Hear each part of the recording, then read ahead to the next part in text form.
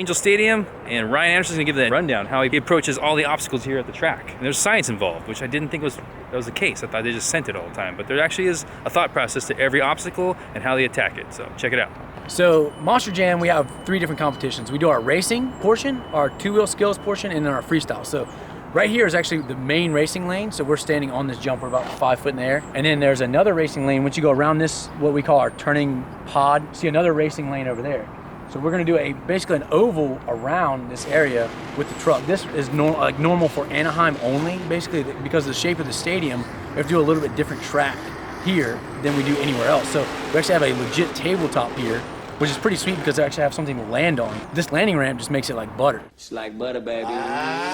So it'll land, stay planted on the ground. You can instantly whip down there, front and rear steer around the turn, drift it like crazy, which is my favorite. Try to act like I can every now and then. Hit that obstacle. You want to keep it on the ground as much as possible to gain more speed around this turn, back over this. Each truck's gonna jump 3 times. It's gonna jump the obstacle it starts on twice and the other one once. Once that truck goes across, like you're going for the finish line deal, that's when you kill it. You don't let out. You want to go as fast as you can, no matter how much air you get. You just want to get across the line as fast as possible. And then our 2-wheel skills is something we got to kind of walk down here and like really check out. Our 2-wheel skills is something that I honestly kind of like proud of, because for the longest time Monster Jam was pretty standard, like whoever could stand the truck up in a wheelie, the steepest or something like that. There was really no crazy tricks. So I'm like, we got to start spicing things up a little bit. My buddy Cody Saucier started doing a stoppie with the truck. So I'm like, dude, that's freaking awesome.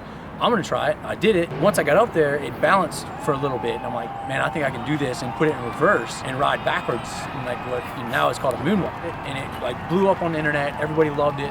I want to try something different. Everybody's doing the moonwalks. I'm going to try to do something different. We've always talked about riding on 2 wheels, like bicycling truck. I just honestly, over a period of like a year during competition, would try to clip something and get it up on 2 wheels. And that became the bicycle. And then a couple other guys invented this popper, so they jump up off of a jump and get up on the front end and stand it there as long as possible. It's pretty sweet. So out of all that stuff started this 2-wheel skills competition. So now you get 2 hits anywhere on the track, however you want to do it, to do the coolest thing possible with your Monster Jam truck on 2 wheels. Now if you try to do a wheelie off of one of our crazy stacks like this right here, it's called our 8-pack, 8 semi tires mounted onto a crazy frame system that's actually buried in there. So that's to give you the ultimate pop, to get the truck to stand straight up and down, or whatever you want to do with it. You can pull the front tires up on it, where it's just the back tires hit it, whole shot, pop the back end up, and cram brakes, and hopefully you don't look like an idiot if it doesn't work out, which happens sometimes too.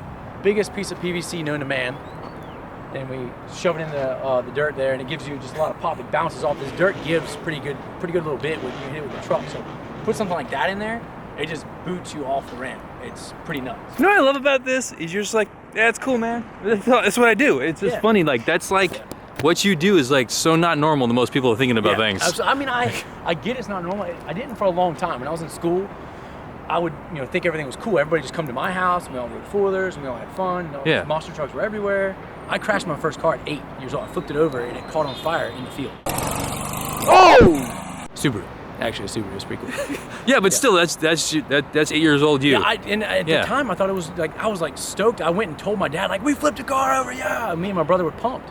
And we thought it was normal. But then we figured out, like, most people never ever flip a car in their entire life. If I don't flip every weekend, I am upset with myself. We got to refigure our lives out in the rest of the world.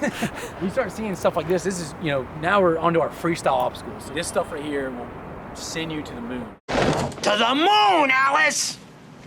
If you hit this thing like a man, like you should hit it, it's rough.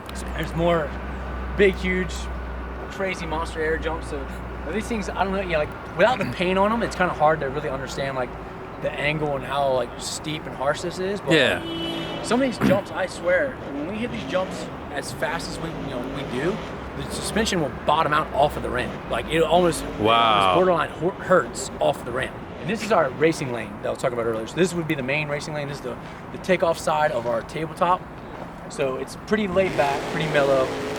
Haven't seen the track diagram yet, but normally between racing and freestyle, at some point in time, they'll come in here with our big equipment and they'll dig this out, steepen it way up. Because can't have this is lame. It's cool it's great for racing because we're trying to go so fast. And we're normally like drifting up to it and getting out of control and stuff. But for freestyle, you don't jump high enough. You won't get the air that you need. So this 5 foot tall ramp is not big enough.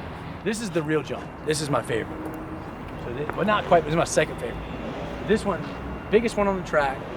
Other side of this one's pretty sick too, but it could probably be the roughest ride, is the step up. So you jump it this way, and with this thing being not quite the landing ramp, it's kind of a dual purpose, you know, jump ramp on either side.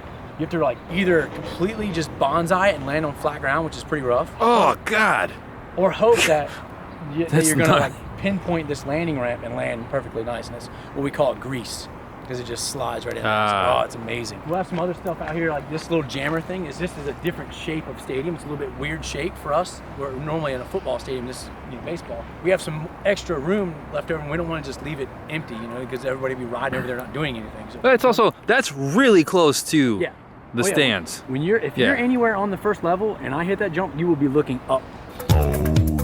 You'll be looking up at me. Because that thing going towards home base is a beast. It's a pretty hardcore kicker right there. This thing here is probably gonna be one of the biggest booters, just because it's got the height and it's crazy angle. They'll put the car in there, but to me, the car is more for decoration. Because I don't want to get anywhere near that. I want to be You're way skying over it. Yeah, way over it. And then even jumping this way, I don't want to land on that. I want to land out here. You want to land on flat. At least, yeah. You should come by and jump stuff with us. I love the double ramp setup y'all did for that Bronco was sick. But this is like the coolest. It's the one that when you line up to it, no matter win, lose, land, crash, you line up to this one, everybody in the stadium's on their feet. Yes, it looks like a ramp to a wall because that's what it is. Yeah, that was just gonna say, that doesn't, that transition isn't even smooth. That's just abrupt. It's amazing. That's what it is. This right here will make a 12,000 pound truck anywhere from 20 to 30 foot in the air, do a backflip and land right back where you took off.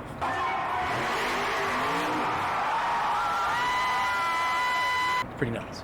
That is a dumpster filled with dirt, packed as tight as it can go, where it actually bows the sides out, and it's kind of part of the setup. Like if it's not packed tight, it'll cave in, and then you lose a lot of the kick. So it'll actually just send you to the moon, and you won't get any rotation. Cam McQueen was the first dude to ever do a backflip, and it was off a totally different ramp, like completely weird setup, out of nowhere, and just nailed it. Well, then after that, nobody did one for like a year. You know, it was like a fluke thing almost, but he planned it. He did. It was legit. Now we've got this thing figured out where it's like down to the perfect inch every time. So they actually have a laser measuring system that they measure this thing out to make sure it's going to be right.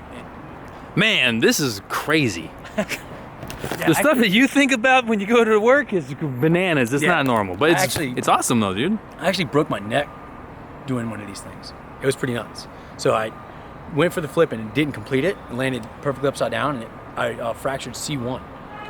Yeah. Whoa. Pretty bad deal. That's right there. Yeah.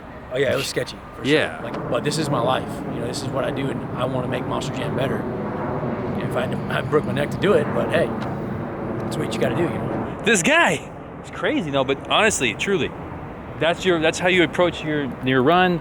Yeah. These obstacles are bananas. Like, I've seen this stuff in person. I've seen it on television. If you haven't seen it in real life, go see it on IRL. TV does not give you the speed, and these jumps aren't small. These obstacles are big, and like, if you can see it in real life, in person, it's an experience that you can't get from television. Yeah. What you do is like criminal, basically. Like, you just have fun and just beat things up all day long. Yeah. There you go. Ryan Anderson, Anaheim.